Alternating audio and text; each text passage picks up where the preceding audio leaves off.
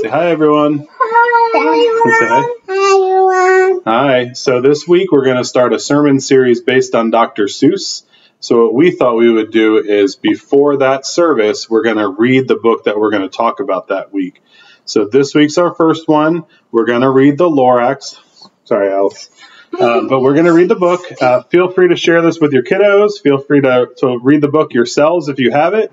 And we'll work it into the sermon on Sunday. So we hope to see you there, or we hope that you watch online with us. So without further ado, today we're going to read the Lorax.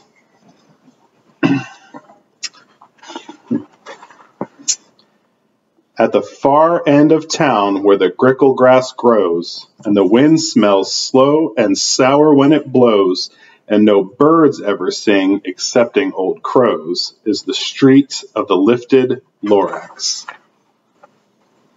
And deep in the grickle grass, some people say, if you look deep enough, you can still see today where the Lorax once stood just as long as it could before somebody lifted the Lorax away. What was the Lorax, and why was it there? And why was it lifted and taken somewhere? From the far end of town where the grickle grass grows, the old Onceler still lives there. Ask him. He knows. You won't see the Onceler. Don't knock at his door. He stays in his lurkum on top of his store. He lurks in his lurkum, cold under the roof, where he makes his own clothes out of Mifford Moof. And on special dank midnights in August he peeks out of the shutters, and sometimes he speaks and tells how the Lorax was lifted away. He'll tell you, perhaps, if you're willing to pay. On the end of a rope, he lets down the tin pail, and you have to toss in 15 cents and a nail, and the shell of a great-great-great-grandfather snail. Then he pulls out the pail, makes a most careful count to see if you've paid him the proper amount. Then he hides what you paid him away in his snub, his secret strange hole in his grovulous glove. Then he grunts, I will call you by whispermophone, for the secrets I tell you are for your ears alone. Glup! Down slips the whispermophone to your ear, and the old Onceler's whispers are not very clear, since they have to come down through a snurgly hose, and he sounds if he has smallish bees up his nose. Now I'll tell you, he says, with his teeth sounding gray, how the Lorax got lifted and taken away. It all starts way back, such a long, long time back. Way back in the days when the grass was still green, and the pond was still wet, and the clouds were still clean, and the song of the Swami Swans rang out in space. One morning I came to this glorious place, and I first saw the trees, the truffula trees, the bright-colored tufts of the truffula trees, mile after mile in the fresh morning breeze. And under the trees I saw brown barbaloots, frisking about in their barbaloot suits, as they played in the shade and ate truffula fruits. From the ripulous pond came the comfortable sound of the humming fish humming while splashing around. But those trees, those truffula trees, all my life I'd been searching for trees such as these. The touch of their tufts was much softer than silk, and they had a sweet smell of fresh butterfly milk. I felt a great leaping of joy in my heart. I knew what I had to do. I unloaded my cart. In no time at all, I had built a small shop. Then I chopped down a truffula tree with one chop. And with great skillful skill and with great speedy speed, I took the soft tuft and I knitted a thneed. The instant I finished, I heard a gazump. I looked. I saw something pop out of the stump of the tree I chopped down. It was sort of a man. Describe him? That's hard. I don't know if I can. He was shortish and oldish and brownish and mossy, and he spoke with a voice that was sharpish and bossy. Mister, he said, with a sawdusty sneeze, I am the Lorax. I speak for the trees. I speak for the trees have no tongues. And I'm asking you, sir, at the top of my lungs. He was very upset as he shouted and puffed, What's that thing you've made out of my truffula tuft? Look, Lorax, I said, there's no cause for alarm. I chopped just one tree. I'm doing no harm. It's being quite useful. This thing is a thneed. A thneed is a fine something that all people need. It's a shirt, it's a sock, it's a glove, it's a hat. But it has other uses, yes, far beyond that. You can use it for carpets, for pillows, for sheets, or curtains, or covers of bicycle seats. The Lorax said, "Sir, you are crazy with greed. There is no one on earth who would buy that fool thneed." But the very next minute I proved he was wrong, for just at that minute a chap came along. And I thought that the thneed I had knitted was great. He happily bought it for $3.98. I laughed at the Lorax. "You poor stupid guy. You never can tell what some people will buy."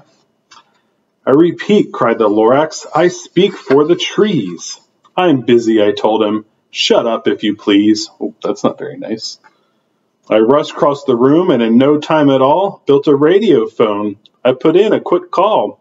I called all my brothers and uncles and aunts, and I said, "Listen here, here's a wonderful chance for the whole Onceler family to get mighty rich. Get over here fast, take the road to North Nitch.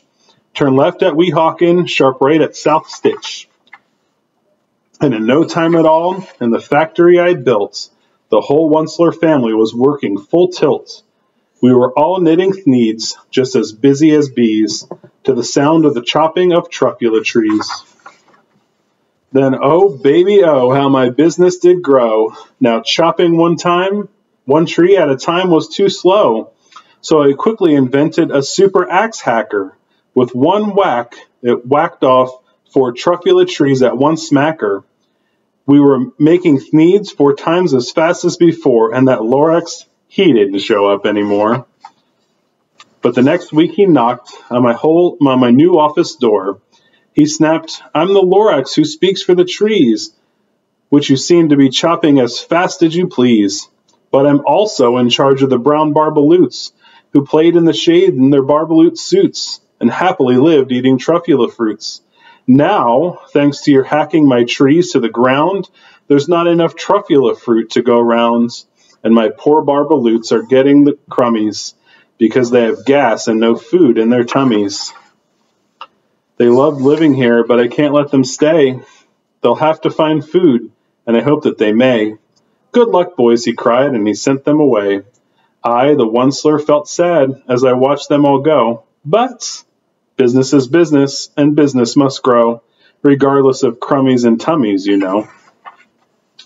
I meant no harm, I most truly did not, but I have to grow bigger, so bigger I got.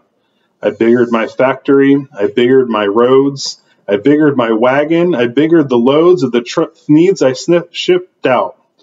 I was shipping them forth, to the south, to the east, to the west, to the north. I went right on biggering, selling more thneeds. I biggered my money, which everyone needs. Then again he came back. I was fixing some pipes when that old nuisance Lorax came back with more gripes. "I am the Lorax," he coughed and he wheezed. He sneezed and he snuffled, he snarled, he sniffed. "Onceler," he cried with a cruffulous croak. "Onceler, you're making such smogulous smoke. My poor swami swans, why, they can't sing a note. No one can sing who has smog in his throat." "And so," said the Lorax, "please pardon my cough, they cannot live here, so I'm sending them off. Where will they go? I don't hopefully know. They may have to fly for a month or a year to escape from the smog that you've smogged up around here." "What's more," snapped the Lorax, his dander was up, "let me say a few words about gluppity-glup. Your machinery chugs on day and night without stop, making gluppity-glup and schloppity-schlop.